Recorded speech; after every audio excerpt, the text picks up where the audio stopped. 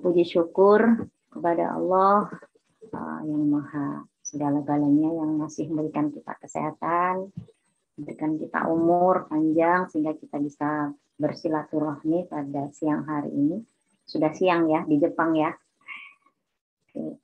Alhamdulillah kita bisa bersama-sama duduk di majelis ya, walaupun sekarang dalam bentuk virtual online ya masih bisa dikatakan majelis taklim ya. Mudah-mudahan niat baik kita ini dicatat Allah sebagai amal baik. Amin ya rabbal alamin.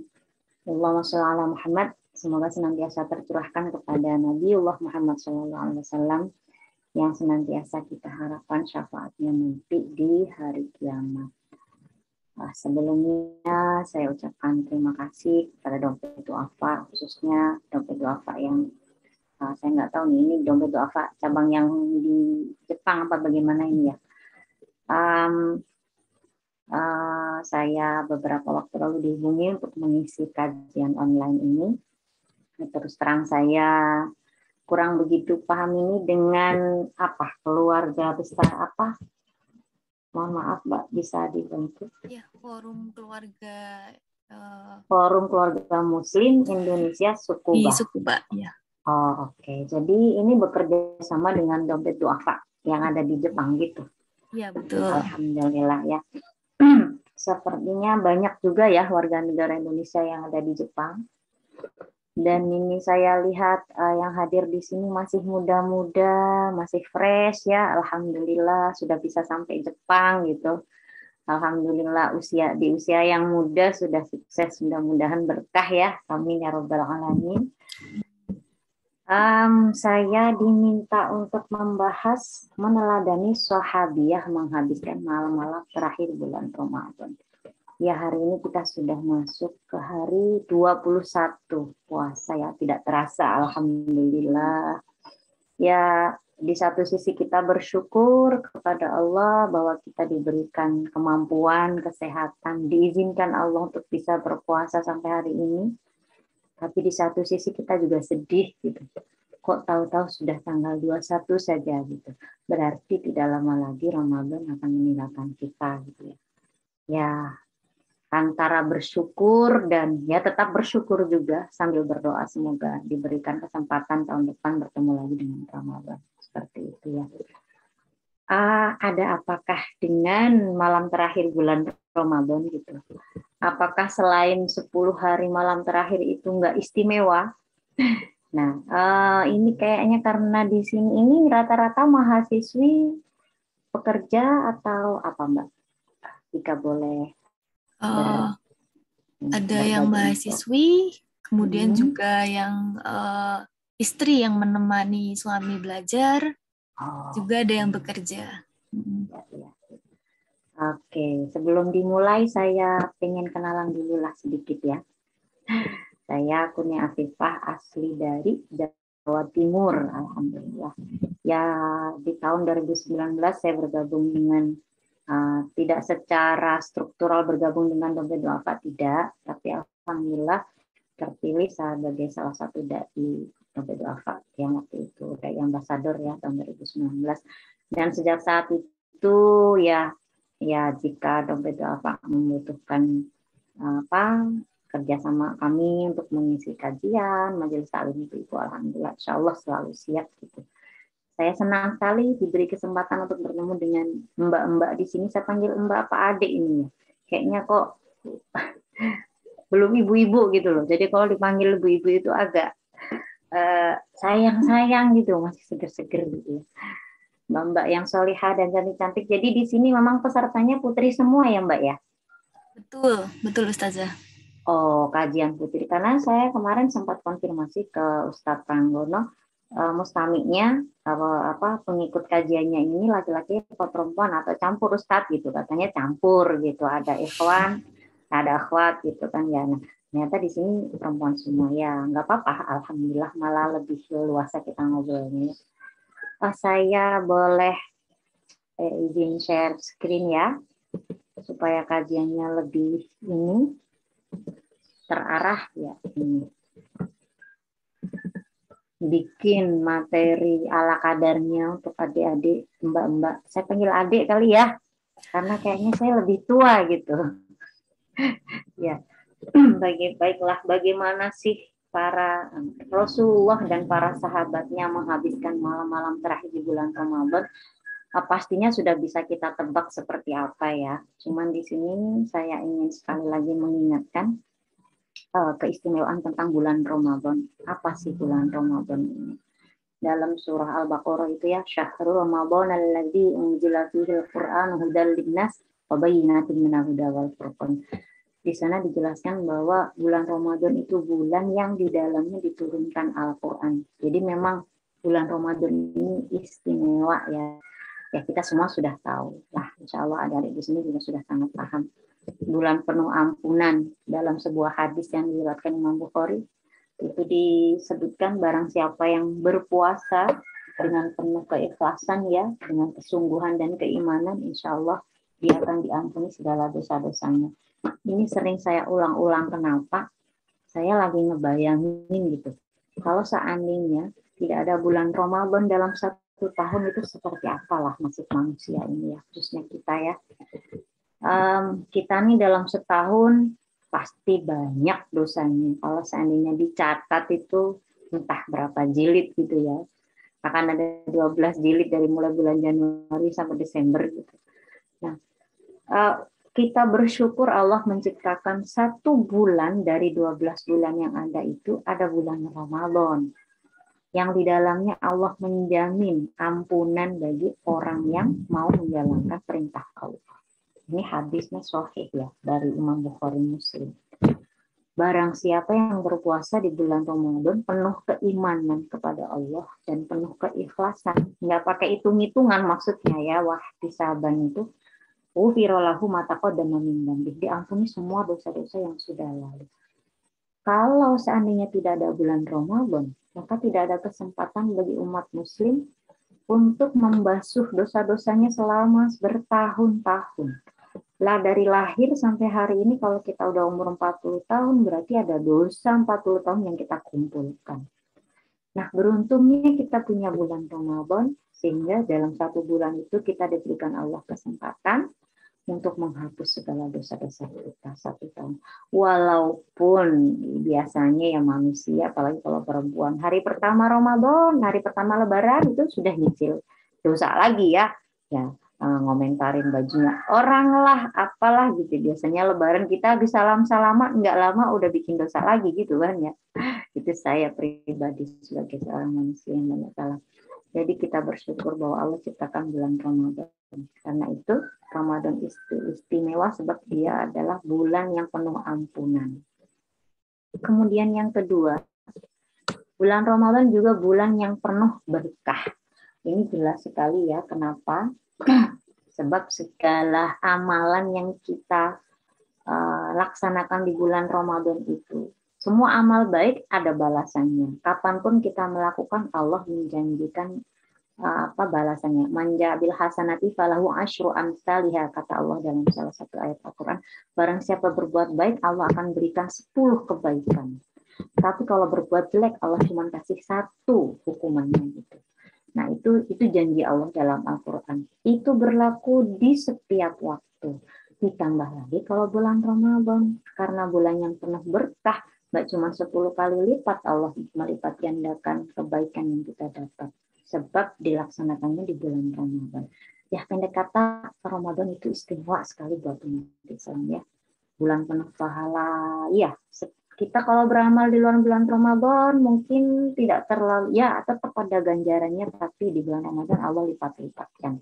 Dan tadi sudah saya sebutkan, Ramadan itu bulan turunnya Al-Quran. Ada di surah Al-Qadar juga ya, inna anzalnahu fi lailatul qadar, itu maksudnya adalah di bulan Ramadan. Kemudian pintu surga dibuka, pintu neraka ditutup, dan hampir 24 jam waktu Ramadan itu adalah waktu mustajabah kita untuk berdoa. Terkhusus itu di waktu-waktu setelah sahur menjelang subuh dan menjelang berbuka puasa ya. Itu adalah waktu-waktu mustajabah. Yang lainnya juga mustajabah selama bulan Ramadan 24 jam. Itu apalagi siang harinya saat kita berpuasa. Dalam sebuah hadis juga Rasulullah menjelaskan bahwa salah satu doa yang tidak ditolak Allah itu adalah doa orang yang sedang berpuasa. Jadi pada saat siang di Ramadan kan kita berpuasa. Maka jika pada saat itu kita berdoa, insya Allah Allah nggak akan menolak doa-doa kita. Makanya Ramadan itu adalah waktu mustajabahnya doa. Yang terakhir, kenapa Ramadan istimewa? Sebab di sana terdapat Lailatul Qadar. Pasti sudah familiar ya dengan malam istimewa ini ya, Lailatul Qadar. Nanti kita bahas secara tersendiri. Selanjutnya, di bulan Ramadan apa yang bisa kita lakukan? Banyak banget ya yang bisa kita lakukan. Segala hal baik yang kita lakukan di luar bulan Ramadan, jika kita lakukan di dalam bulan Ramadan, tentu lebih istimewa. Yang pertama pastinya kita puasa, yang pasti wajib ya. Kemudian ada sholat tarawih, sholat witir, qiyamul lail. Ini sholat tarawih dan witir ini bisa masuk juga disebut qiyamul lail. Kita bisa tambahkan sholat hajat, sholat tahajud ya. Kalau yang masih butuh istikharah ditambah sholat istikharah, minta pilihan sama Allah ya. Banyak yang bisa kita lakukan. Tadarus Al-Quran, membaca Al-Quran. Tidak perlu dilakukan lagi bahwa membaca Al-Quran itu penuh dengan pahala. Satu hurufnya saja Allah berikan 10 kebaikan untuk Al-Quran itu.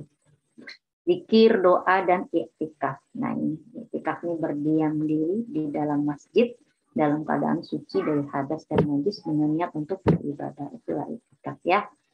Kemudian infak, sedekah, termasuk zakat fitrah, zakat mal juga bisa kita laksanakan di bulan Ramadan.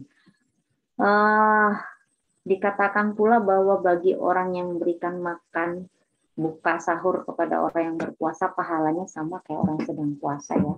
Jadi memang bulan Ramadan ini istimewa, amal-amalannya juga istimewa. Dan saya pikirnya adik-adik di sini semua insya Allah sudah melaksanakan semuanya ya. Puasa udah, sholat tarawih udah, yang mulai saya yakin juga sudah ya, walaupun nggak bisa setiap malam, setidaknya kita sudah pernah melaksanakan tadarus Al-Quran, insya Allah sudah semua kan ya, semua sudah dilaksanakan. Nah iktikaf ini memang sedikit istimewa kalau buat perempuan ya, karena kita ini diciptakan Allah sebagai makhluk yang spesial ya, perempuan itu. Kenapa spesial? Karena kita nggak kayak laki-laki yang kalau kemana-mana bebas, nggak perlu pengawalan, tidak perlu menjaga ini itu segala macam. Sedangkan perempuan ini kalau sudah bersuami, iktikaf pun harus dengan izin suami gitu ya. Kalau udah lebih baik di rumah saja, kalau suami mengatakan begitu pun kita juga harus mengikuti apa kata suami. Padahal iktikaf di bulan Ramadan ini kan jarang-jarang. Tapi iktikaf ini hukumnya sunnah. Sementara kita mengikuti taat kepada suami adalah sebuah kewajiban. Kewajiban mengalahkan yang sunnah. Jadi memang perempuan itu dalam Islam untuk yang sudah bersuami ya, maksud saya segala hal ibadah yang sunnah pun harus dengan keridhaan suaminya seperti itu. Lalu apakah perempuan tidak bisa melaksanakan iktikaf? Beberapa ulama mengatakan boleh kok perempuan beriktikaf di tempat yang biasa dia pakai untuk sholat wajib setiap hari. Diniatkan itu sebagai tempat untuk sujud tempat iktikaf. Kalau untuk laki-laki memang harus di masjid gitu. Tapi perempuan ketika pada satu kondisi tertentu, apalagi kalau di daerah yang kita susah untuk menemukan masjid ya, nah, itu kita bisa melaksanakan di tempat yang biasa kita pakai sujud untuk sholat. Nah, kemudian infak dan sedekah ini ya tergantung kemampuan masing-masing. Bersedekah baik, tapi juga Rasulullah mengingatkan supaya kita tidak sampai menyengsarakan diri sendiri karena melakukan sesuatu yang hal sunnah ya. Bersedekah disedekahin semua sampai kita nggak dapat bagian, itu juga tidak baik semampunya. Yang penting adalah ikhlas, tidak berharap apapun. Terakhir zakat fitrah ini bisa kita laksanakan dari awal bulan Ramadan sampai nanti menjelang sholat Idul Fitri ya. Biasanya sih kalau di Indonesia malam takbiran itu ya pada nyerahin ke masjid zakat fitrahnya ya. Insya Allah adik-adik semua juga sudah melaksanakan. Kalau di Jepang begini bagaimana? Ada yang mengkoordinir ya? Ada amilnya khusus gitu atau lewat dompet duafa zakat fitrahnya? Sekarang mudah sih ya, semua bisa dilaksanakan dengan online dalam bentuk uang, transfer gitu juga sudah mudah sekarang ya. Ya, itu tadi amalan-amalan yang bisa kita lakukan di bulan Ramadan. Nah, sekarang karena sudah masuk 10 malam terakhir Ramadan, bagaimana kita menghadapinya? Kita menyongsong menyambut 10 hari terakhir Ramadan. Adanya 10 hari terakhir Ramadan ini bukan berarti menafikan atau menganggap malam yang lain tidak istimewa. Tidak seperti itu. Jadi seluruh malam Ramadan itu adalah malam yang istimewa. Nah, terlebih lagi untuk 10 hari terakhir. Kenapa istimewa? Yang pertama, karena memang disinyalir Lailatul Qadar itu adanya di 10 hari terakhir Ramadan ya. Itu berdasarkan ada hadis Rasulullah Shallallahu Alaihi Wasallam bahwasanya diriwayatkan oleh Ibnu Abbas ya,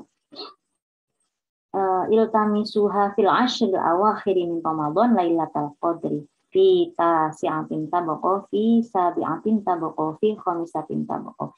Jadi di hadis ini dijelaskan supaya kita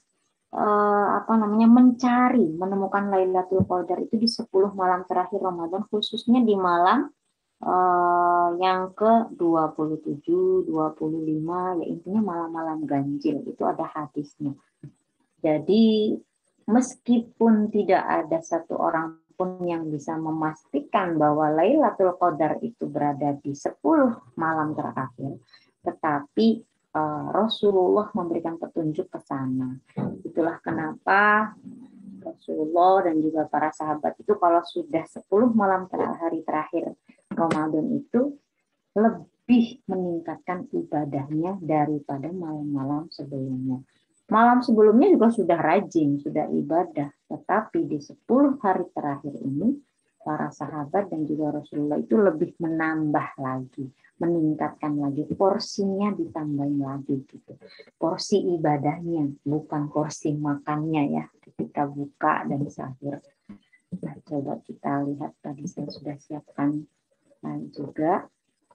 Nah, 10 malam terakhir Ramadan itu terdapat Lailatul Qadar. Di dalam surah Al-Qadar tadi sudah dibaca oleh teman kita ya.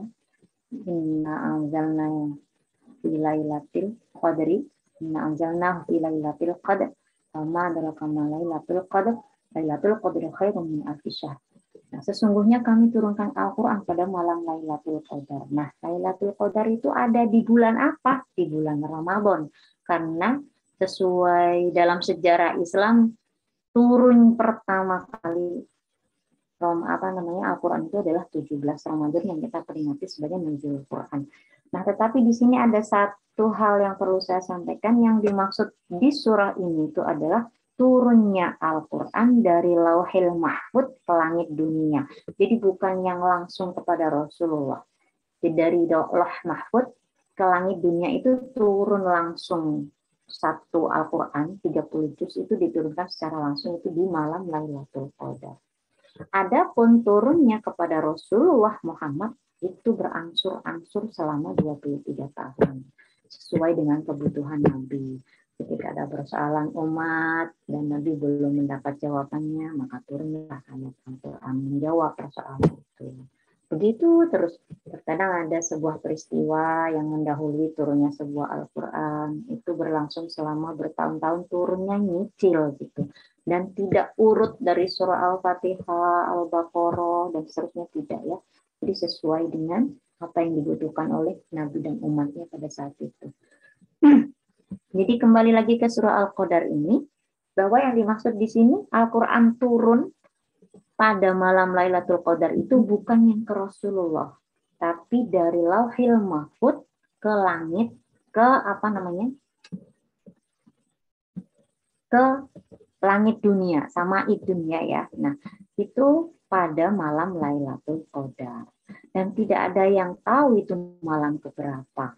Yang jelas disifati bahwa malam itu adalah malam yang lebih baik dari 1000 bulan. Maksudnya apa? Maksudnya adalah kita ini umur kita itu nggak akan sampai 1000 bulan ya. 1000 bulan itu sekitar 83 tahun 4 bulan.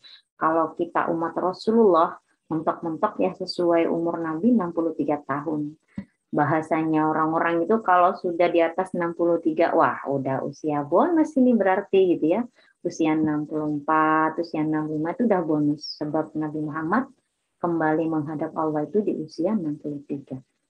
Nah, kita kayaknya kayak ada yang sampai usia 80 tahun, 85 tahun, 87 banyak juga. Tapi tidak ada jaminan gitu. Siapa yang tahu umur kita akan sepanjang apa. Nah, Lailatul Qadar ini satu malam yang lebih baik dari 1000 bulan, itu berarti lebih baik dari 83 tahun 4 bulan.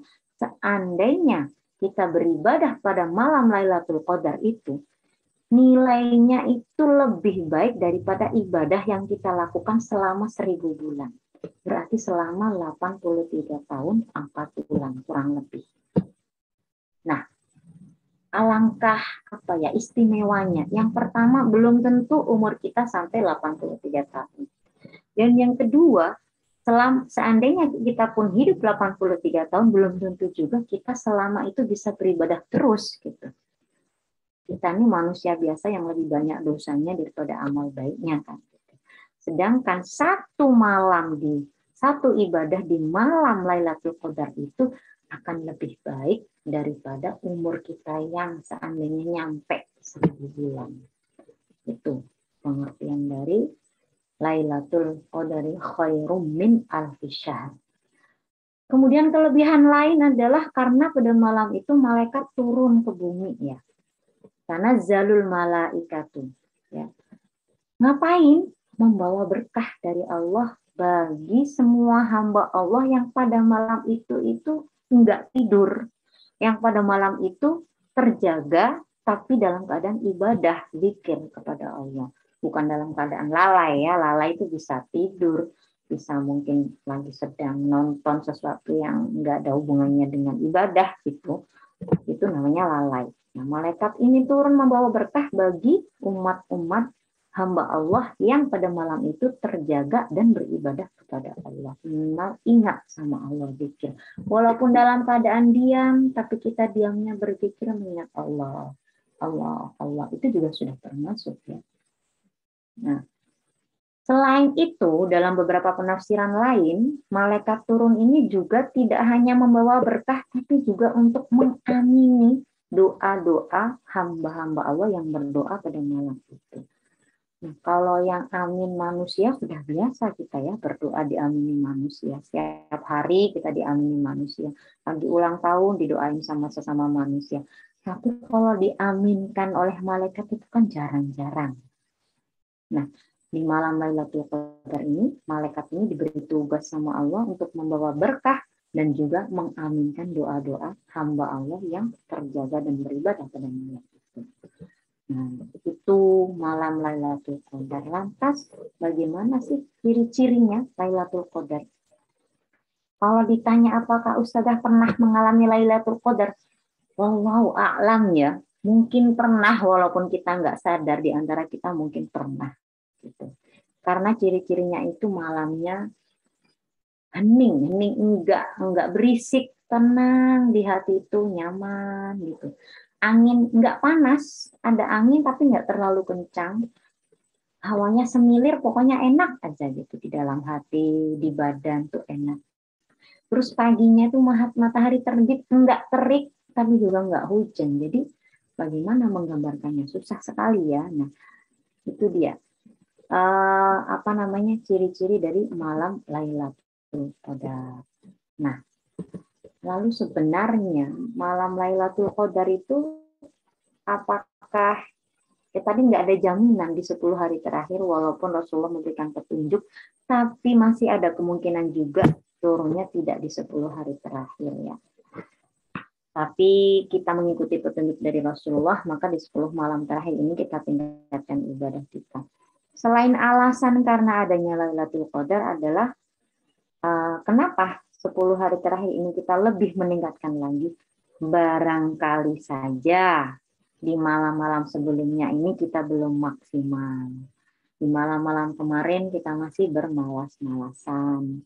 Kita masih tersibukkan dengan hal-hal lain selain ibadah.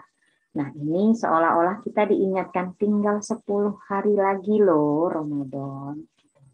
Ayo, jangan sampai sama sekali tidak meraih prestasi apapun ketika bulan Ramadan. Ya, kalau adik-adik di sini saya yakin lah ya, insya Allah dari awal Ramadan sampai hari ini sudah sangat maksimal. Nah, tapi kita maksimalkan lagi di 10 hari terakhir karena sudah tidak ada lagi setelah 10 hari ini kita akan berpisah dengan bulan Ramadan. Jadi kalau saya lebih ke alasan kedua ini. Kalau persoalan Lailatul Qadar itu, ya alhamdulillah kalau kita bisa menemukan Lailatul Qadar itu sebuah bonus ya. Tapi yang terpenting adalah, ya ini tinggal 10 hari lagi. Masa iya saya mau santai-santai saja ketika orang lain sudah lebih rajin daripada saya. Saya lebih prefer ke alasan yang kedua ini. Yuk, yang kemarin belum giat, yang kemarin belum semangat, yang kemarin masih ogah-ogahan, yang kemarin masih ntar aja besok aja nanti aja Nah, ini sudah tidak ada lagi kesempatan kita untuk nanti menunda dalam. Mari kita tingkatkan gitu. Saya berkata begini tuh memotivasi diri saya sendiri juga supaya barangkali kemarin belum terlalu semangat, hari ini mulai hari ini kita lebih semangat lagi begitu. Nah, untuk menambah semangat kita, motivasi kita supaya kita bisa lebih meningkatkan ibadah kita di 10 hari, kita perlu menengok apa yang dilakukan Rasulullah dan para sahabat ketika sudah menjelang 10 hari terakhir Ramadan. Nah, jadi ketika Ramadan sudah hampir pergi itu, Rasul dan para sahabat itu makin sedih ya, adik-adik. Suatu ketika Rasulullah pernah berkata, apabila malam terakhir bulan Ramadan tiba, maka menangislah langit dan bumi dan juga para malaikat. Karena musibah menimpa umatnya Nabi Muhammad SAW. Ini bagi orang yang mengerti memang sangat sedih ya ketika akan berpisah dengan Ramadan itu. Bagaimana tidak gitu. 1 bulan itu kita Allah tuh obral ampunan, obral rahmat, obral barokah, obral pahala. Cuma 1 bulan. Ibarat kalau toko itu cuci gudang itu kan biasanya yang nyerbu kaum hawa ya. Shopee itu kalau setiap anak saya tuh apal kalau tanggal 2 Februari, 3 Maret, 4, nah itu saya tadinya nggak tahu itu. Gara-gara anak perempuan saya. Sekarang 44 Bun, apa itu? 4 April, Shopee-nya lagi banyak diskon. Nah, diskon Shopee aja, cuci gudang toko saja manusia berbondong-bondong untuk berebut mendapatkannya gitu. Karena pengen dapat barang bagus dengan harga yang murah. Nah, ini Allah obral segala macam ampunan, rahmat, berkah, pahala ya selama 1 bulan. Seharusnya umat Islam lebih berebut lagi, berbondong-bondong lagi untuk mencari, untuk rebutan. Enggak cuma ketika ada cuci gudang sebuah toko gitu ya. Nah, sehingga ketika bulan ini mau pergi, sedihlah orang-orang yang paham ini. Ya Allah, sudah enggak ada lagi obral pahala. Enggak ada lagi obral ampunan. Di bulan Ramadan kalau kita berbuat dosa hari ini, saat itu juga kita istighfar minta ampun kepada Allah. Diampuni saat itu juga sama Allah. Karena kita dalam keadaan puasa dan kita di bulan Ramadan. Bulan yang penuh ampunan. Dosa saat itu kita tebus saat itu juga diampuni langsung oleh Allah saat itu juga. Nah kalau di bulan lain belum tentu kan. Kalau Allah ingin mengampuni, diampuni. Kalau Allahnya belum berkenan, apalah daya kita ini manusia biasa gitu. Jadi Yang paham akan hal ini tuh pasti sedih banget ketika Ramadan akan pergi. Sebagaimana yang dirasakan oleh Rasulullah dan para sahabat. Bahkan langit bumi saja menangis gitu. Kemudian ada yang bertanya, musibah apa yang menimpa mereka, wahai Rasulullah?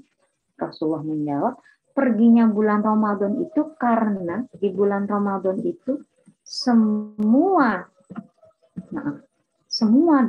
doa diijabah, semua sedekah diterima, semua kebaikan dilipat gandakan, dan siksa ditolak. Itu keistimewaan Ramadan. Jadi Ramadan itu berkah buat umat Islam. Ketika Ramadan pergi itu musibah buat umat Islam. Ketika dapat berkah kita pasti tersenyum. Kalau dapat musibah biasanya orang menangis. Gitu. Nah, fenomena yang kita lihat sekarang itu terbalik ya. Bagi yang nggak ngerti Ramadan itu, ketika Ramadan tiba, sudah langsung nyanyi kan? Ramadan tiba, Ramadan tiba, tiba-tiba Ramadan. Gitu kan guyonannya anak-anak ya. Jadi, kok udah Ramadan aja nih, berarti bentar lagi puasa kita. Nggak boleh makan dong. Sedih. Nggak bisa traktir-traktir lagi sama teman-teman. Nongkrong di kafe, makan gitu. Sedihlah kita. Ketika Ramadan sudah mau pergi, bersenang-senang karena memakai baju baru, banyak makanan kue-kue yang enak, terus merayakan, bersilaturahmi, ketemu teman, saudara di sana sini, senang berbagi suka duka semuanya. Lupa sama Ramadannya. Nah, fenomena yang terjadi selama ini itu terbalik. Ketika Ramadan datang sedih karena nggak boleh makan, ketika Ramadan mau pergi senang karena habis ini hari raya Lebaran gitu. Apalagi yang dapat angpau, baju baru. Nah, saya pikir itu adalah pemahaman orang-orang yang sangat awam terhadap Ramadan. Nah, kita alhamdulillah diberikan Allah pemahaman lebih bahwa ternyata Ramadan tidak seperti itu. Bahwa ternyata setelah mengenal Ramadan, kita akan menjadi semakin cinta sama Ramadan dan berharap kalau saja Allah itu jadikan 1 tahun tuh Ramadan terus, Masya Allah, nggak akan punya dosa kita ini setahun. Karena setiap kita berdosa, langsung diampuni sama Allah. Kita melakukan amal baik, Allah lipat gandakan pahalanya. Pahala numpuk, dosa nggak ada. Seandainya selama tahun itu sepanjang tahun Ramadan. Itu yang disabdakan oleh Rasulullah. Sekiranya umatku ini mengetahui apa-apa kebaikan di dalam bulan Ramadan, niscaya mereka akan menginginkan agar tahun semuanya itu menjadi Ramadan saja, nggak usah ada bulan yang lain. Itu kalau paham. Nah, makanya saya ini profesinya guru, ngajarnya anak-anak kecil. Sering saya sampaikan, mereka anak-anak SD yang masih belum ngerti, ya Miss puasa, nggak boleh makan, gini-gini, lapar gitu ya. Sering saya sampaikan keistimewaan Ramadan, supaya mereka puasa itu nggak terpaksa gitu. Supaya mereka tahu apa sih keistimewaan Ramadan. Ya walaupun anak SD masih masa-masa usianya bermain, belum memahami, ya nggak apa-apa, dari kecil kita tanamkan gitu. Nah, kalau adik-adik yang di Jepang ini saya yakin, mungkin kemarin walaupun belum tahu seistimewa ini ternyata Ramadan, tapi saya sudah yakin bahwa puasanya dilaksanakan dengan kesadaran akan kewajiban kita sebagai Muslim. Gitu. Nah, tapi setelah tahu istimewanya Ramadan, insya Allah jadi lebih mantap gitu ibadahnya. Jadi lebih cinta sama Ramadan. Jadi lebih bersyukur kepada Allah yang sudah menciptakan bulan Ramadan. Dan pasti adik-adik dalam hatinya berharap, mudah-mudahan Ramadan tahun depan saya masih bisa ketemu lagi sama Ramadan. Ya, nah, mudah-mudahan ini bisa memotivasi kita. Lalu apa yang dilakukan Rasulullah kalau malam-malam terakhir Ramadan? Dari Aisyah diceritakan, ya istri beliau, apabila telah masuk 10 hari terakhir, beliau mengencangkan ikat pinggangnya, sabuknya dikencengin. Maksudnya apa? Gitu. Yaitu menghidupkan malam-malamnya dan membangun paginya. Artinya itu Rasulullah itu karena sudah berkeluarga, jadi kalau sudah mengencangkan sabuk ikat pinggang itu maksudnya tidak menjamah istrinya, ya. Jadi 10 hari terakhir itu Rasulullah mengurangi interaksi dengan manusia, memperbanyak dialog dengan Tuhannya. Itu yang dilakukan Rasulullah.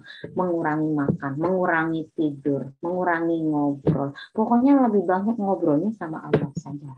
Itu kalau sudah malam terakhir ya, malam-malam 10 malam terakhir Ramadan. Kenapa? Interaksi sama manusia itu banyak resikonya ya.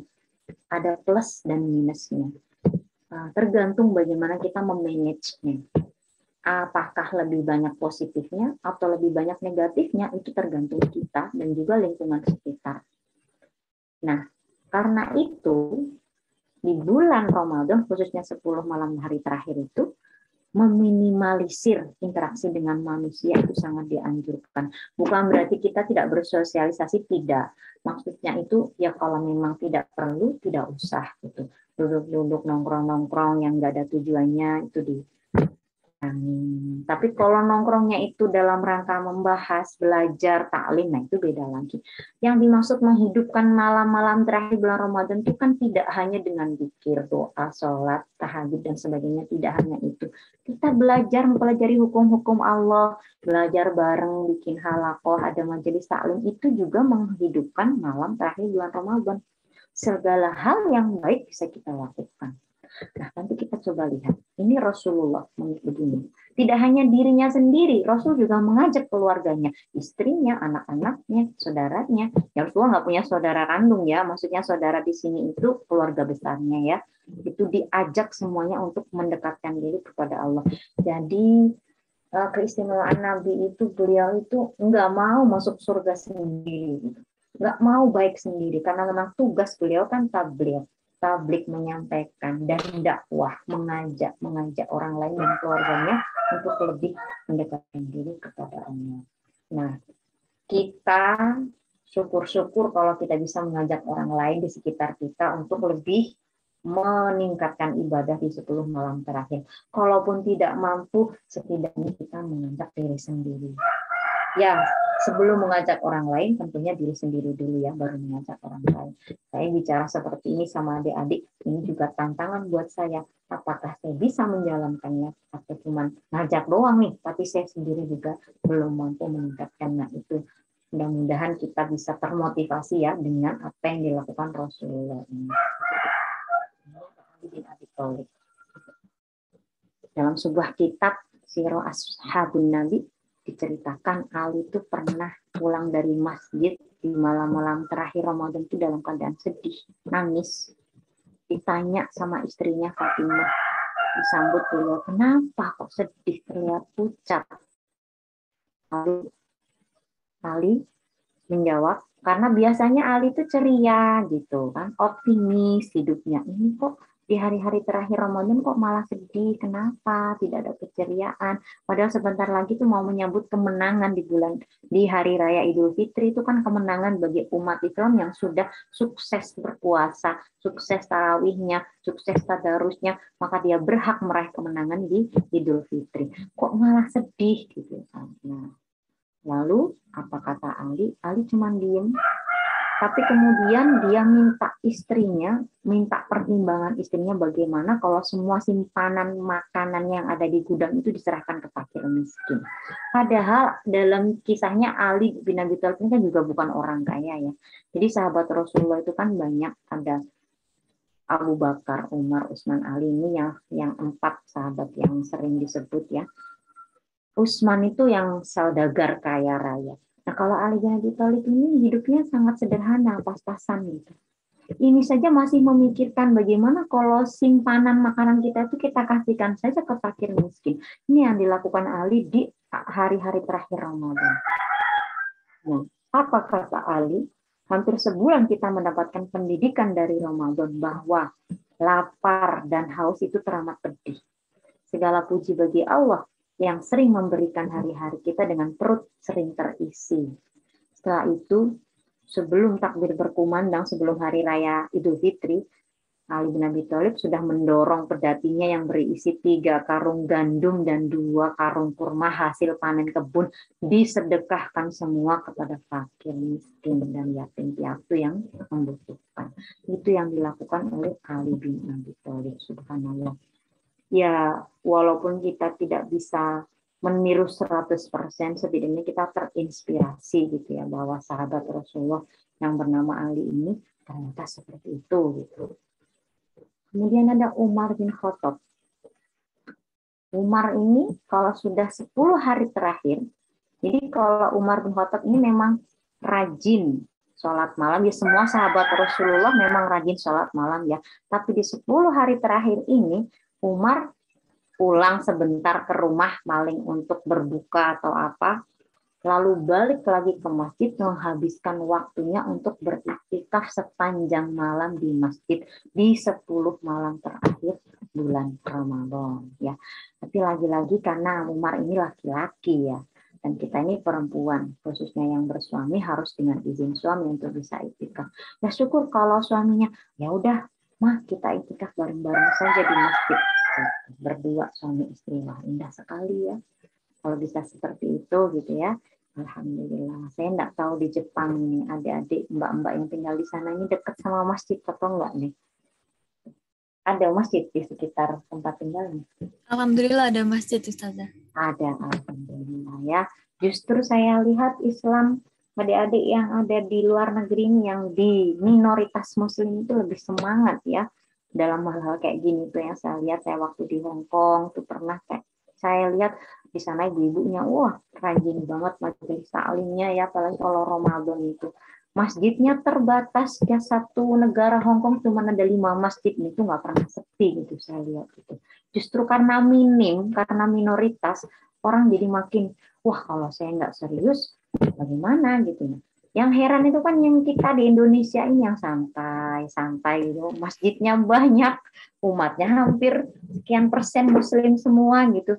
Tapi geliat Ramadannya itu masih lebih kalah dengan orang-orang muslim yang ada di negara-negara yang non-muslim gitu. Yang saya lihat ya itu fenomenanya seperti itu. Wallahu a'lam.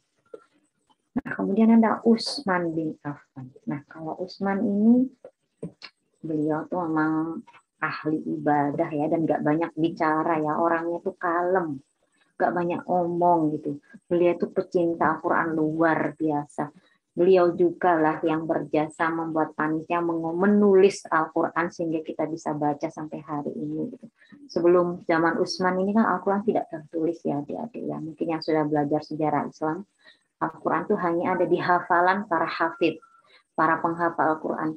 Cuman atas ide Umar bin Khattab ini, kalau semua orang yang hafidh satu persatu meninggal, entah karena perang atau karena sakit, karena memang ajalnya tiba, ini kalau tidak ada pembukuan Al-Quran, apalah yang akan terjadi dengan generasi muslim berikutnya. Ide Umar yang sangat cemerlang disambut baik, dan di zaman Utsman bin Affan ini baru terrealisasi penulisan Al-Quran.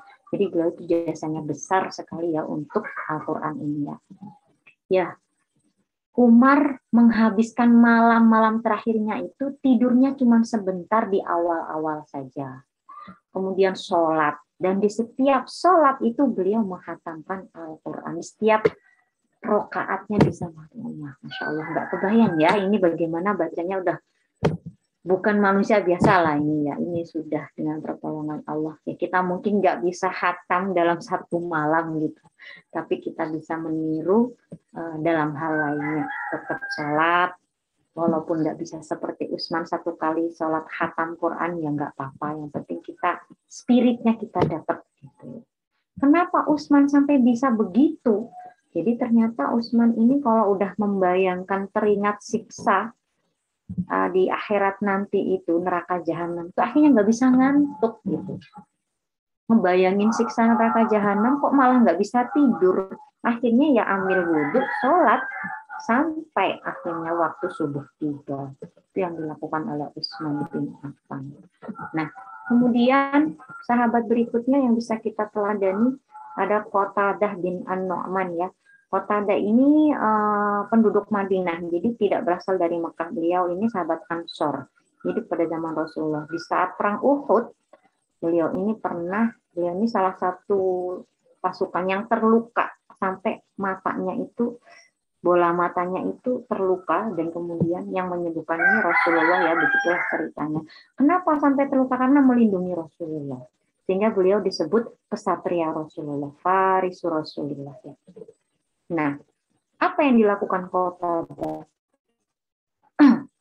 Beliau ini memang nggak cuman nggak cuman ahli ibadah, tapi beliau juga ahli hadis ya, banyak meriwayatkan hadis. Salah satunya tentang bahwa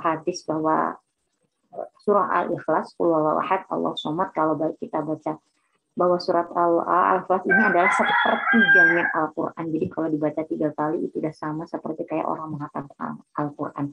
Ini hadis ini diriwayatkan oleh Qatadah. Jadi ini profil beliau. Nah, apa yang beliau lakukan di di malam-malam terakhir? Itu beliau menghatamkan Al-Quran setiap 3 malam sekali selama bulan Ramadan khatam. Jadi kalau 3 malam khatam berarti 1 bulan itu khatam 10 kali ya. Qatadah ini ya, itu kalau 30 hari. Nah, kita walaupun nggak bisa begitu, setidaknya dalam 1 bulan kita menghatamkan 1 kali. Insya Allah bisa lah ya. Masih 3 kali juga masih bisa lah kalau adik-adik. Apalagi kalau yang masih belum punya anak ya, belum punya suami, kayaknya lebih longgar waktunya ya.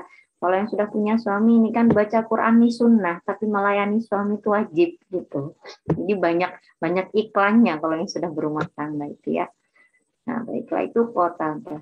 Kita lihat lagi ada Sa'id bin Musayyab. Beliau ini hidupnya hampir selama 50 tahun itu sholat isya sampai subuh itu nggak ganti wudhu. Subhanallah ya. Kalau kita, ya Allah, baru wudhu mau sholat udah batal. Perut kembung kentut ya.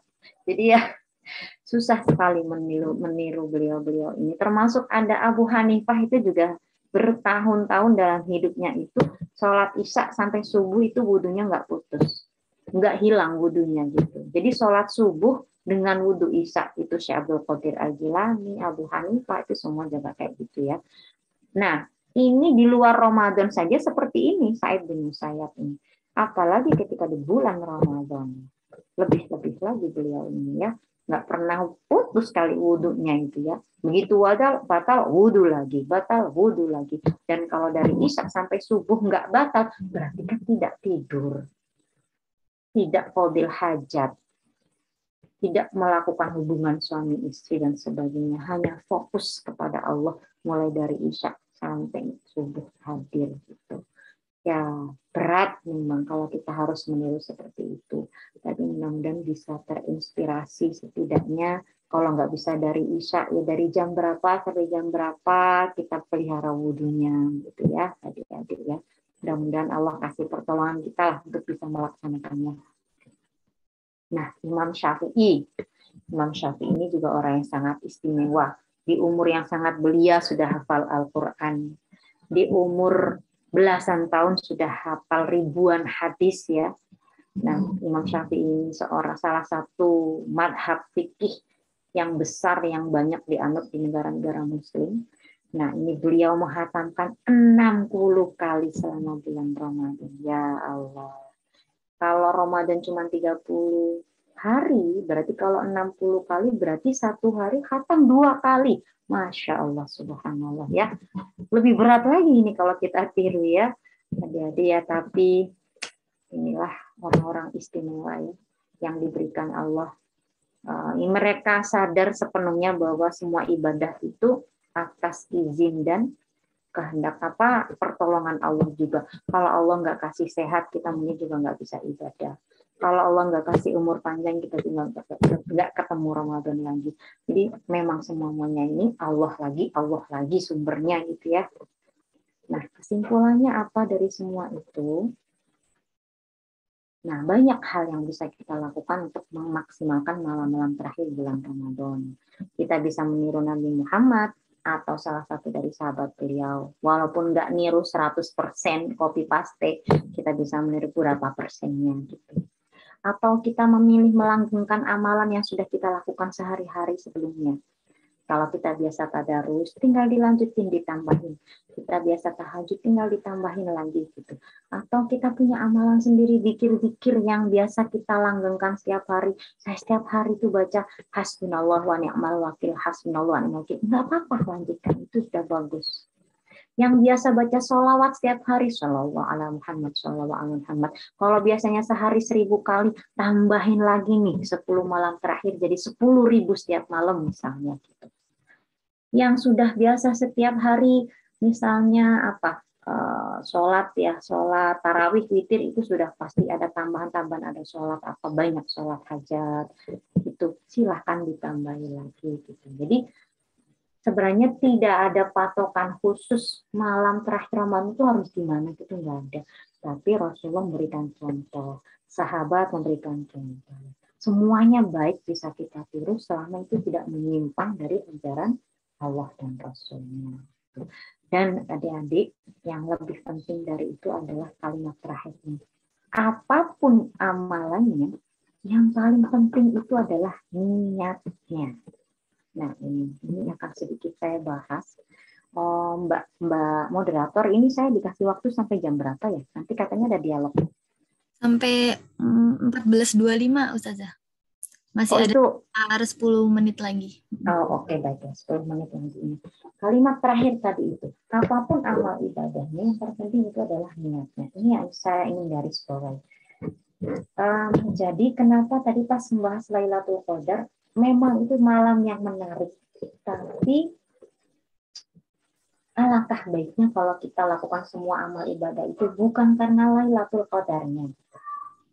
Jadi lakukan tadarus, sholat sunnah, zikir, doa, sholawat, apapun itu di malam hari terakhir 10 hari ini. Bukan karena pengen dapat Lailatul Qadar. Artinya Lailatul Qadar itu ada atau tidak nggak ngaruh buat kita. Nggak ngefek, kita akan tetap ibadah. Saya beribadah kepada Allah, saya zikir, saya sholat, saya puasa, saya tarawih, bukan karena mau dapat Lailatul Qadar. Karena kalau kita pengennya dapat Lailatul Qadar, kalau seandainya Allah nggak nyiptain Lailatul Qadar, terus kita nggak ibadah gitu. Kalau tujuannya Lailatul Qadar. Maka dari itu Lailatul Qadar itu bukan tujuan puncaknya kita di Ramadan ini, bukan Lailatul Qadar. Tapi apa tujuan puncaknya? Yaitu ridhonya Allah, cintanya Allah, ampunannya Allah, rahmatnya Allah. Itulah tujuan utama kita. Jadi nggak ngaruh mau ada Lailatul Qadar apa enggak, kita tetap ibadah. Allah kasih pahala atau enggak itu urusan Allah, kita yang penting ibadah. Allah masukkan kita ke dalam surga atau tidak, yang penting kita ibadah gitu. Jadi puncak tujuan dari semua ibadah itu adalah Allah. Nah, kalau sudah begini, orang itu akan beribadah tanpa memikirkan lagi apa yang akan kita dapat kalau kita ibadah. Saya dapat pahala, udah gak penting lagi pahala. Apakah masuk surga? Surga nomor sekian. Apakah nanti biar saya dapat Lailatul Qadar nomor sekian. Yang paling penting buat saya adalah ridhonya Allah. Biar Allah sayang sama kita. Kalau Allah ridho, ya masa iya kita nggak dikasih pahala. Ya masa iya kita nggak dikasih Lailatul Qadar. Kalau Allah ridho, masa iya Allah ridho tapi kita dimasukkan neraka? Kan nggak mungkin gitu logikanya. Walaupun semuanya kembali ke kehendak Allah ya. Jadi pesan terakhir dari saya itu dari semua yang disampaikan tadi, istimewanya Ramadan, istimewanya 10 hari terakhir, apa yang dilakukan para sahabat, itu Rasulullah dan para sahabat di 10 hari terakhir itu kencang ibadahnya itu bukan karena mau dapat Lailatul Qadar, bukan. Kalau mereka itu memang ingin mendekatkan diri kepada Allah lebih-lebih lagi ketika di 10 hari terakhir Ramadan. Perkara Lailatul Qadar dapat itu bonus gitu.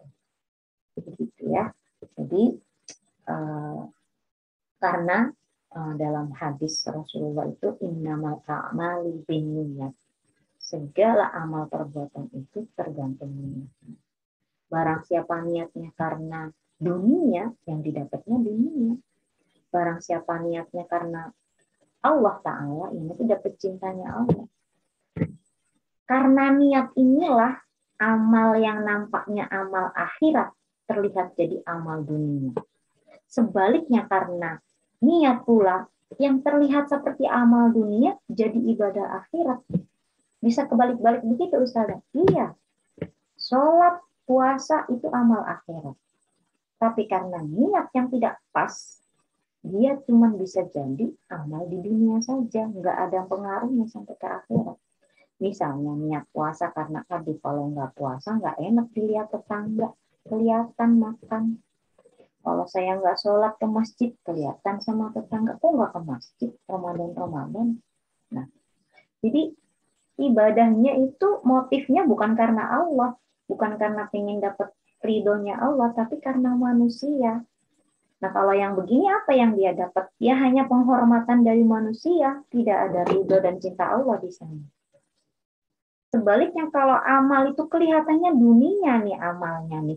Perbuatannya bukan perbuatan amal akhirat, tapi dia selipkan niat untuk mendapatkan ridho Allah, maka itu bisa jadi amal akhirat. Nah, jadi jangan sampai salah niat dalam setiap perbuatan kita, amal ibadah kita. Di Ramadan ataupun di luar Ramadan, niat itu menjadi pokok, menjadi dasar dari semua yang kita lakukan.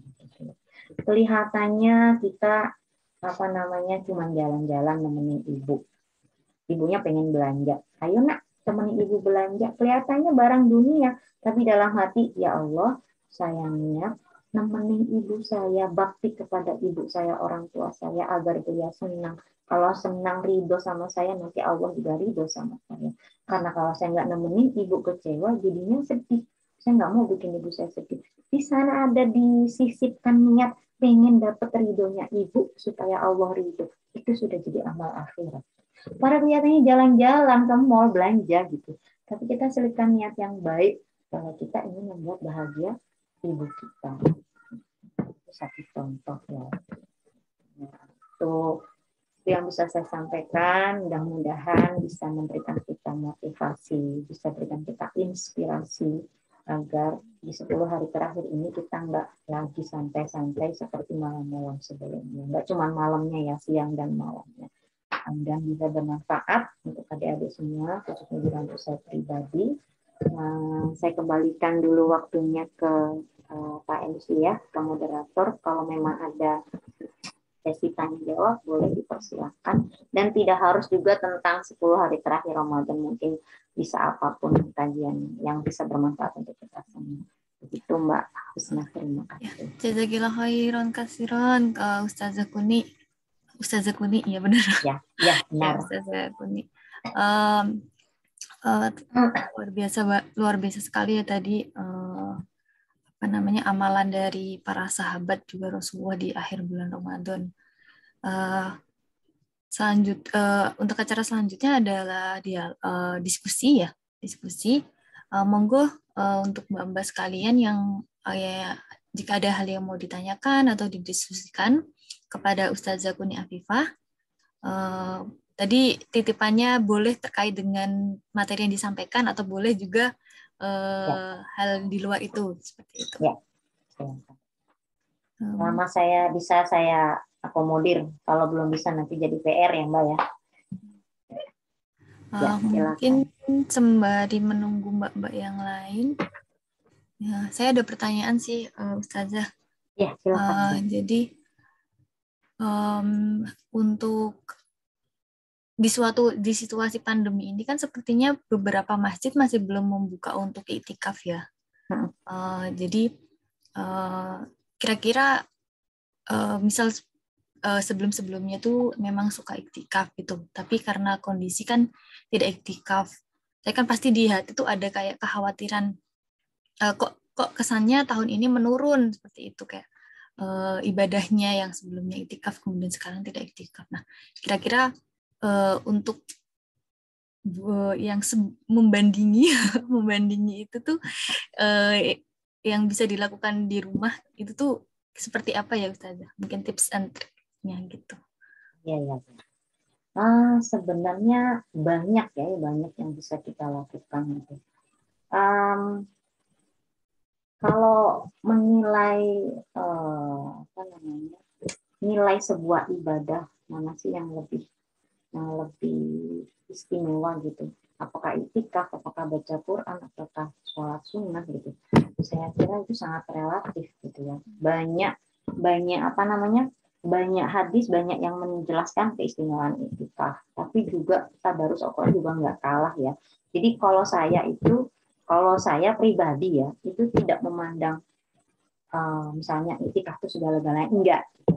Jadi tadi sudah saya sampaikan bahwa banyak amalan yang bisa kita lakukan di bulan Ramadan. Dan karena ini Ramadan, bulannya ada udah istimewa bulannya. Jadi apapun ibadah yang kita lakukan akan jadi istimewa juga. Jadi kalau mengutip mungkin yang sering dengar Gus Ba juga ya, Gus Ba itu pernah mengatakan, sholat itu adalah sesuatu yang istimewa, ibadah, sesuatu yang sudah baik. Jadi dilaksanakan dalam keadaan apapun tetap baik. Kita menjadi makmum, imamnya nggak terlalu fasih pun tetap baik karena sholat sendiri itu sudah barang yang baik gitu, sesuatu yang baik gitu. Nah ini Ramadannya itu udah istimewa gitu. Jadi ibadah apapun yang kita lakukan udah otomatis pasti jadi istimewa karena di bulan Ramadan. Dan kalau bagi yang penghafal Al-Quran akan lebih baik juga ketika dia semakin meningkatkan tadarus Al-Qurannya karena dia penghafal Al-Quran jadi makin lancar. Kalau iktikaf itu kan membutuhkan perangkat ya. Contohnya ya kalau kita harusnya kan di masjid gitu kalau iktikaf.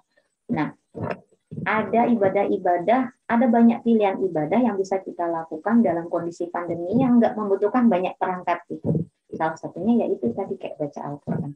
Itu bisa dimanapun, bisa kapanpun gitu. Kita sambil nunggu antri apa daripada kita ngapain, tadarus Al-Quran gitu kan. Ya. Nah, kalau masalah sebanding pahalanya lagi-lagi kembali ke hadis tadi, innamal a'malu binniyat. Nggak ada jaminan orang yang setiap hari itikaf di masjid itu lantas lebih baik daripada orang yang tidak itikaf. Kita nggak tahu niatnya apa, tapi kita nggak boleh seudon juga sama orang gitu ya. Maksudnya saya mau menyampaikan di sini bahwa nggak ada yang bisa mengukur kadar. Ini lebih baik, ini lebih jelek, ini kurang gitu. Nggak ada. Karena semua kembali kepada niatnya masing-masing. Gitu. Kalau secara standarnya sih, saya bisa bilang tadarus Al-Quran itu tidak kalah hebatnya dengan itikaf juga gitu ya. Karena satu huruf saja yang kita baca dari Al-Quran itu sebuah kebaikan Allah berikan kepada kita. Seandainya dalam satu hari kita bisa 1 juz sampai 5 juz, berapa huruf yang kita akan dapat kebaikannya gitu kan. Nah, gitu. Ya, memang di pandemi ini kan kita ini diuji sama Allah ya. Ya pandemi ini kalau kita maknai sebagai sesuatu yang negatif, ya memang ada negatifnya. Tapi jangan lupa bahwa setiap hal yang diciptakan Allah itu ada sisi positifnya. Kalau kita mau cari positifnya itu pasti tetap ada gitu ya. Dan makin ke sini saya pikir umat Islam juga sudah beradaptasi ya dengan kondisi pandemi ini sehingga mereka menyesuaikan diri hidup di kondisi seperti ini harus bagaimana tanpa mengurangi ruh ibadahnya, mengurangi aura Ramadannya nggak berkurang, bagaimana caranya seperti itu. Pilihannya bisa sholat ya, sholat sunnah di malam hari itu seperti yang dalam sebuah hadis qudsi itu kan, jadi di sepertiga malam itu Allah itu turun ke langit dunia mencari hamba-hambanya yang masih melek gitu. Sepertiga malam terakhir itu mana hamba itu yang melek. Dan meleknya ngapain gitu. Meleknya ngapain? Karena ibaratnya gini, di setiap malam itu Allah tuh menunggu. Jadi kayak orang janjian gitu. Allah tuh udah nunggu di sini loh. Ayo datang gitu. Udah ditungguin sama Allah sama berjam-jam, kitanya tidur aja nggak bangun-bangun gitu kan. Padahal Allah tuh nungguin kekasihnya yang mau mendekat, ayo gitu ya. Jadi sholat itu pun nilainya juga besar juga. Nah, kenapa sih yang bikin iktikaf itu jadi terasa istimewa? Karena begini, iktikaf itu kan artinya kan berdiam diri di masjid. Nah, selama berdiam diri itu kita bisa sambil tadarus, kita bisa sambil sholat sunnah, kita bisa sambil zikir. Jadi plusnya itu karena dilakukannya di masjid, terus diniati iktikaf, jadi double gitu. Tadarusnya dapat, sholatnya dapat, ditambah karena dilakukannya di masjid, kita niatkan dari awal untuk iktikaf, jadi dapatnya double gitu loh. Itu maksudnya, keistimewaannya itikaf itu ada di situ. Makanya saya ingatkan untuk adik-adik, seandainya setiap kali ada kesempatan masuk ke dalam masjid dan Anda punya wudhu, tidak sedang berhadas, tidak sedang haid, menstruasi, niatkan iktikaf. Jadi saya setiap kali misalnya jamaah ke masjid gitu ya, baru masuk masjid saya sudah nawaitu iktikaf. Saya ingatkan iktikaf. Walaupun di masjid cuma 15 menit, ngapain kita? Maksudnya nggak bisa lama-lama, sudah sholat zuhur jamaah, terus habis itu pikiran, doa dan sebagainya, sholat sunnah, pulang gitu. Tapi dari awal sudah niati iktikaf. Jadi selama kita berada di masjid itu terhitung waktu kita iktikaf. Gitu. Nah, jadi iktikaf tuh nggak kalau mungkin pemahaman bagi beberapa orang yang belum benar-benar paham, ya itu harus duduk, terus habis itu nyawa itikaf. Nggak harus seperti itu gitu. Jadi bukannya ketika Anda masuk masjid langsung niatkan untuk itikaf. Nanti kita bisa sholat tahiyatul masjid ya, sebelum kita duduk kita masih bisa sholat sunnah penghormatan kepada masjid ya, tahiyatul masjid sambil nunggu imam mulai jamaah, kita bisa bersolawat, berzikir, baca Quran. Nah, itu kalau dari awal niati itikaf, di jalan terus itikafnya itu. Karena sebenarnya memang nggak ada batasan, itikaf tuh minimal berapa sih, nggak ada. Selama kita diam diri di masjid dalam keadaan suci dari hadas dan najis, kita niati itikaf, ya udah, nggak ada batasan minimal 5 menit, 10 menit, nggak ada seperti itu. Itu ya, Mbak Husna. Jazakillah khair Ustazah Kunia Afifah. Dari sister yang lain, apakah ada yang mau ditanyakan? Kalau di sana panggilnya sister ya. Saya baru tahu ini. Saya tadi panggilnya mbak-mbak, sister, saudari-saudari ya. Ada yang mau ditanyakan? Silakan. Dari Mbak Disfa, Mbak Esti, Mbak Evi, Mbak Rina. Saya panggil satu-satu. Mbak Rani. Mungkin ada yang pengen bertanya tentang puasa, apa mungkin ada yang lagi hamil, habis ngelahirin, terus nyusui, nggak bisa puasa, tapi segala macam, nggak apa-apa. Insya Allah kita bantu kalau memang masih bisa saya jawab saat ini juga, saya akan jawab.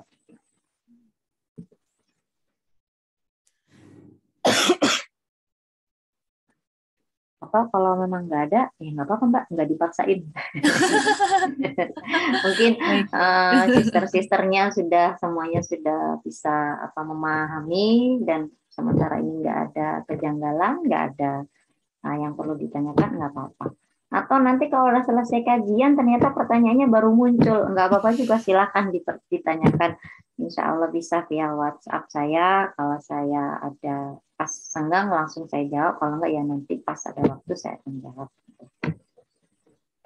Sampai hari ini tuh jamaah di Hong Kong tuh masih sering juga kadang-kadang WA saya nanyain tentang hukum ini, sholat, puasa, tentang zakat, kadang juga tentang tentang tolak ya, talak, tentang iddah sebagainya, banyak masih ada yang sering japri-japri gitu.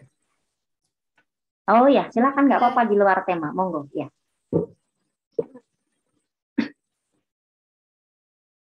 Teh Tanti sepertinya mau bertanya terkait sholat syuruk. Sholat syuruk. Oke. Apakah mesti di masjid atau bisa di rumah? Jadi gini, prinsipnya sholat selain sholat duhur, asar, maghrib, isya, subuh, dan Jumat itu kan hukumnya sunnah ya. Jadi sholat yang wajib saja itu duhur, asar, maghrib, isya itu tidak harus di masjid. Gitu. Pengertiannya seperti itu. Ya, artinya pemahaman selanjutnya, apalagi dengan sholat sunnah gitu. Jadi di masjid atau tidak itu adalah sebuah pilihan. Karena sebagian ulama mengatakan semua bumi Allah itu berhak dipakai untuk sholat. Jadi nggak hanya masjidnya saja. Gitu. Bahkan kita sedang di pantai, di gunung, dimanapun, yang penting tempatnya itu bebas dari najis gitu. Dan kita tetap menghadap kiblat, nah itu bisa kita lakukan sholat dimanapun. Nah, sholat sunnah syuruk itu kan sholat sunnah yang dilaksanakan ketika matahari terbit setinggi tombak. Ini kan sholat sunnah, bukan sholat wajib ya. Jadi bisa saya sampaikan sholat yang wajib di masjid itu cuma sholat Jumat. Ya, sholat Jumat itu memang harus di masjid atau di tanah lapang. Kalau di musola malah nggak boleh. Kalau di lapangan boleh gitu. Tapi selain sholat Jumat, duhur, asar, maghrib, isya, sholat hari raya, sholat gerhana, sholat istisqa, semuanya tidak harus di masjid gitu. Kalau istisqa malah tidak boleh di masjid. Sholat istisqa itu kan sholat meminta hujan kepada Allah. Itu malah harus dilakukan di tanah lapang yang langsung menghadap langit gitu. Jadi memang ajarannya Rasulullah kayak gitu. Terus dibawa semua binatang juga dibawa ke tanah lapang itu untuk ikut berdoa. Karena ternyata yang berdoa kepada Allah itu nggak cuma manusia gitu kan. Bahkan daun-daun pun bertasbih kepada Allah. Binatang-binatang pun bertasbih dan berdoa kepada Allah. Sayangnya kita nggak ngerti gitu kan. Nah, kenapa kalau sholat binatang-binatang dibawa? Karena justru bisa jadi doa para binatang ini yang dikabulkan Allah, karena mereka kan nggak ada dosa ya, gitu. Karena nggak terkena hukum kayak manusia. Gitu kira-kira jawabannya, Mbak. Ini ada sedikit tambahan. Lalu ketentuannya dibanding sholat duha, bagaimana mungkin ini? Kalau kedudukannya itu sama-sama sholat sunnah. Jadi kalau sholat syuruk ini pas terbitnya. Tapi kalau sholat duha itu setelah terbit satu tombak, nah itu baru masuk waktu duha. Sebenarnya kalau kedudukannya sama ya, sama-sama sholat sunnah gitu. Kalau dibandingkan dengan sholat ini ada yang lebih utama, yaitu sholat sunnah rawatib. Itu sunnahnya malah sunnah muakkad. Sholat sunnah yang mengiringi sholat qobliyah ba'diyah itu loh maksud saya. Itu sholat sunnah rawatib itu malah lebih utama daripada ini. Nah, lagi-lagi kalau masalah keutamaannya, jadi sunnah itu ada sunnah biasa, ghairu muakkad sama sunnah muakkad. Kalau bisa saya bandingkan gini, kalau wajib itu kan pahalanya 100%. Ini kita lagi ngebahas pahala ya misalnya gitu, untuk gambaran saja. Kalau ibadah yang wajib, itu kalau diukur pahala itu dia 100%. Maka kalau sunnah itu mungkin setengahnya gitulah pahalanya. Nah, nanti di antara wajib sama sunnah itu ada namanya sunnah muakkad. Yang sudah mendekati wajib, tapi bukan wajib. Dan juga bukan sunnah biasa. Jadi dia lebih utama. Nah, yang masuk sunnah muakkad ini sholat hari raya Idul Fitri, Idul Adha, terus sholat apa tadi, rawatib itu, qobliyah ba'diyah itu. Nah, kalau sholat duha, sholat syuruk, sholat tahajud, semua ini sunnah yang ghairu muakkad biasa gitu. Tapi lagi-lagi kembali ke niatnya gitu ya, mbak-mbak, sister-sister, adik-adik gitu. Jadi apa namanya? Saya malah khawatir gini, sholat duha itu bagus, tapi jangan sampai salah niatnya. Saya sholat duha karena kan memang banyak dikaji bahwa manfaat dari sholat duha ini, ngomongin manfaat ya, manfaat sholat duha itu adalah memudahkan, melancarkan rezeki ya, gitu ya. Nah, nanti tapi saya lagi-lagi pesan jangan sampai kita sholat duha karena mau biar dapat rezeki gitu. Nanti konsekuensinya kalau udah tiap hari duha kok rezekinya masih seret, lantas orang menyalahkan duhanya. Saya sudah duha tiap hari kok rezeki masih seret, berarti sholatnya yang salah gitu. Nah, jadi ya apa ya, kadang-kadang saya lebih memilih saya mengabaikan lah sholat ini khasiatnya apa, sudahlah nggak usah mikirin itu. Kalau mau sholat aja. Nah, cuma secara posisi saya beritahukan bahwa sholat duha, sholat syuruk, tahajud, dan sebagainya itu semuanya sunnah biasa. Yang sunnah muakkad itu sholat witir, sholat tarawih, Idul Adha, Idul Fitri, sama rawatib. Mungkin masih ada yang lain ya, beberapa yang saya ingat itu gitu. Jadi kalau sholat duha, syuruk itu sunnah yang biasa gitu. Itu ya. Bagaimana? Apa masih ada yang perlu diperjelas lagi dari pertanyaan tadi? Ini sudah jelas ya, Teh. Sudah cukup. Ini mohon maaf. Iya. Ustazah, iya, jadi karena kan sebelumnya pernah membaca dan juga mendengar bagaimana keutamaannya sholat syuruk itu yang seperti umroh dan lain sebagainya gitu.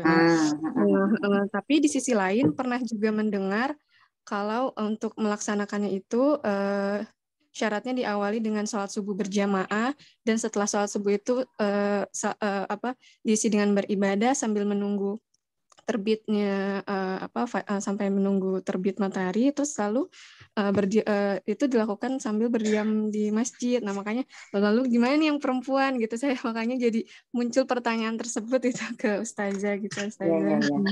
Iya. Ya, memang bahkan gini, sebenarnya jadi itu kan masalah fikih ya. Fikih itu pemahaman terhadap teks hadis dan Al-Qur'an gitu ya. Karena pemahaman, jadi setiap ulama itu kadang-kadang punya pemahaman yang berbeda. Makanya di dalam fikih itu ada perbedaan mazhab. Ada yang berpendapat begini, ada yang begitu. Nggak ada yang salah karena setiap mazhab itu punya dasarnya, punya alasannya masing-masing seperti itu. Dan saya yakin para mujtahidnya, imam-imam mazhabnya ini juga bukan orang-orangan gitu. Mereka yang sudah menempuh segala macam ilmu ya, dan juga ibadahnya juga tidak kita ragukan lagi gitu. Mereka berani memfatwakan itu karena memang mereka punya dasar. Jadi ada satu aturan juga bahwa sebenarnya Rasulullah itu kan memang menghindari melakukan sholat ketika matahari terbit sama tenggelam.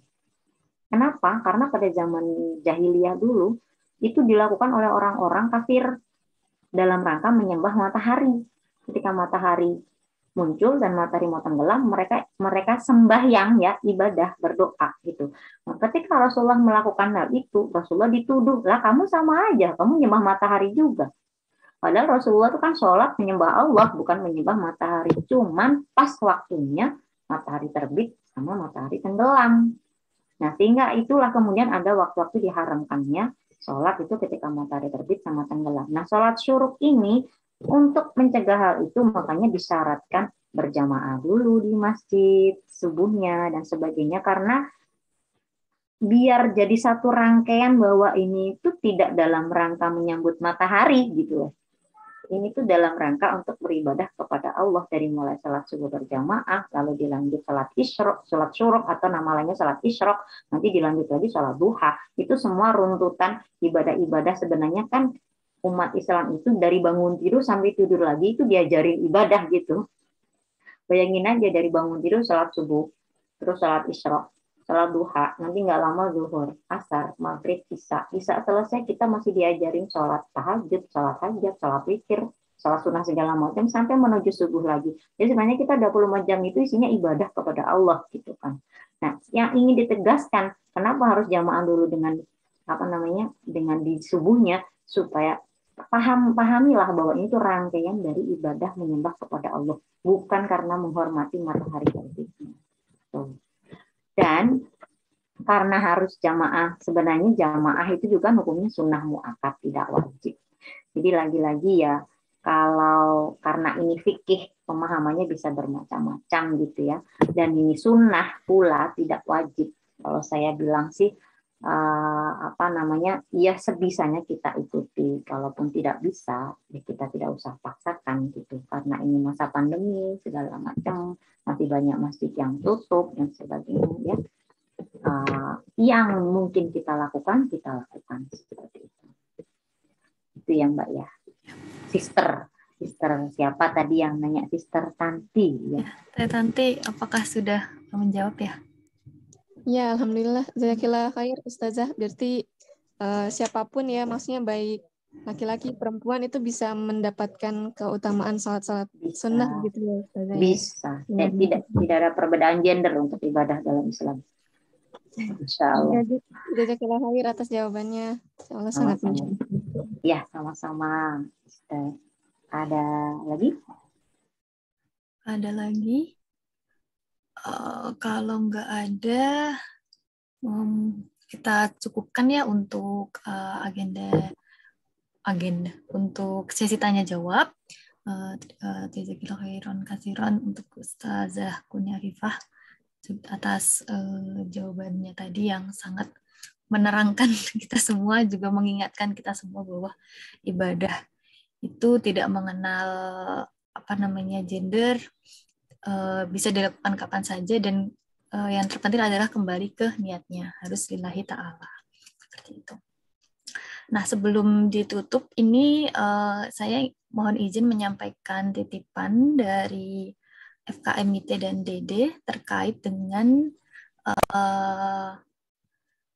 masih dibuka untuk infak sedekah dana takaful FKMIT yang akan dipergunakan untuk berbagi iftar yang akan kita bagikan pada tanggal 30 April minggu depan. Kemudian juga dana yang tersisa akan digunakan untuk keperluan dakwah FKMIT, dan ketika nanti ada nauzubillah ada warga muslim atau muslimah yang berduka, sakit ataupun melahirkan, kita juga akan memberikan santunan sosial dari dana yang terkumpul. Bagi yang ingin menyalurkan dapat menghubungi PJ di area terdekatnya. Jika tidak memungkinkan atau tinggal tidak di area yang tertera di sini, bisa dilakukan melalui transfer. Poster ini sudah kami sebar ya di grup. Mungkin nanti jika ada yang masih ingin menyalurkan bisa menghubungi PJ atau transfer. Untuk periode ini kami buka sampai tanggal 29 April 2022. Selain itu juga bagi sister sekalian yang ingin melaksanakan zakat fitrah, bisa menyalurkan zakat fitrahnya melalui dompet duafa Jepang. Nah, untuk nominal sendiri nanti ini zakat fitrah 1.500 per orang, kemudian juga ada zakat fidyah 600 per hari per orang. Untuk zakat fitrah dan fidyah ini disalurkan melalui transfer ke rekening dompet duafa Jepang. Ya, seperti itu. Sekian untuk pengumumannya. Untuk selanjutnya adalah pembacaan doa. Gitu. Alangkah baiknya kita tutup majelis ilmu kita hari ini dengan membaca doa. Mohon izin Ustazah Kuni untuk memimpin doa. Ya, silakan Ustazah. Belum dinyalakan sepertinya mic. Oh ya. Saya juga yang memimpin doa. Dari sister-sister nih nggak apa-apa loh, udah pinter doa semua ini kayaknya. Baiklah. Sebelum kita berdoa, kita bertawasul dulu ya. Ila hadratin Nabi, ila wali syafaat Rasulullah, ila hadratin Nabi Muhammadin SAW.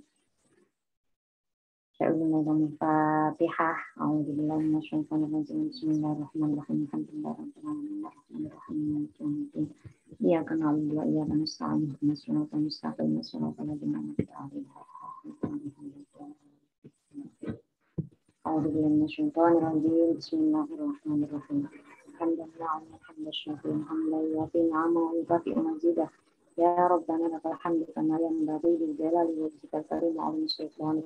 Allahumma shalli ala sayyidina Muhammadin fil awwalin wa salli wa sallim ala sayyidina Muhammadin fil akhirin wa salli wa sallim ala sayyidina Muhammadin fi kulli waqtin wa hin wa salli wa sallim ala sayyidina Muhammadin fi ma ala ila yaumiddin. Allahumma fir lana dhunubana wa li walidina warhamna kama rabbayana shighara wa li jami'il mu'minina wal mu'minat wal muslimina wal muslimat al ahya'i minhum wal amwat. وتابع بيننا وبينهم بالخيرات رب اغفر وارحم وأنت خير الراحمين ولا حول ولا قوة إلا بالله العظيم. اللهم إنا نسألك سلامة في الدين وعافية في الجسد وزيادة في العلم وبركة في الرزق وتوبة قبل الموت ورحمة عند الموت ومغفرة بعد الموت. اللهم هون علينا في سكرات الموت والنجاة من النار والعفو عند الحساب. ربنا لا تزغ قلوبنا بعد إذ هديتنا وهب لنا من لدنك رحمة إنك أنت الوهاب. ربنا إننا ظلمنا أنفسنا وإن لم تغفر لنا وترحمنا لنكونن من الخاسرين. ربنا هب لنا من أزواجنا وذرياتنا قرة أعين واجعلنا للمتقين إماما. ربنا اختم لنا بحسن الخاتمة. اللهم ثبت إيماننا ونور قلوبنا وبارك لنا فيما أعطيتنا وسلمنا في الدنيا والآخرة. اللهم نور قلوبنا بنور هدايتك كما نورت الأرض بنور شمسك أبدا أبدا. اللهم يا ميسر يسر يا مدبر دبر يا مسهل سهل سهل علينا وعليهم كل عسير bijahil Bashir Nabi sallallahu alaihi wasallam. Rabbana atina fid dunya hasanah wa fil akhirati hasanah wa qina adzabannar. Wassallallahu ala sayyidina Muhammadin nabiyil ummi wa ala alihi washabbihi wasallam. Subhana rabbika rabbil izzati amma yasifun wa salamun ala mursalin walhamdulillahi rabbil alamin. Bi barakatil Fatihah. Alhamdulillah. Oh, jazakallah. Alhamdulillah. Jazakallah khairan saja. Oke, selanjutnya sebelum ditutup, mohon izin untuk sister sekalian menyalakan kameranya. Kita mau ambil foto bersama. Nanti dipandu Mbak Indri ya yang akan mengambil foto. Yang ini Mbak Teh Tanti, Mbak Tias, Mbak Putri, Mbak Tias Titi, dan Mbak Kiki. Mungkin Mbak Sheila dari Cordova kalau mau join juga mangga silakan. Mbak Esti juga monggo kalau mau join.